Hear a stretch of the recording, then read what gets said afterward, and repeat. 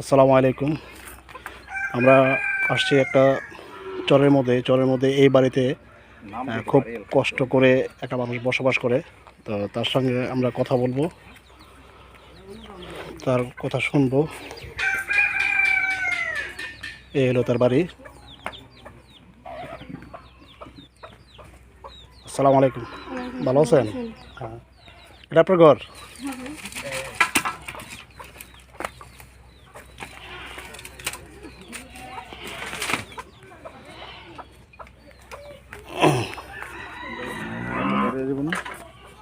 এটা তো অত কিছু করা সম্ভব না।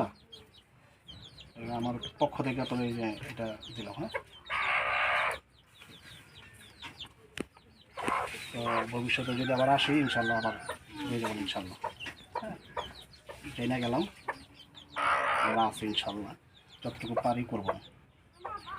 ঠিক আছে তাহলে, হ্যাঁ, গেলাম। সালাম আলাইকুম।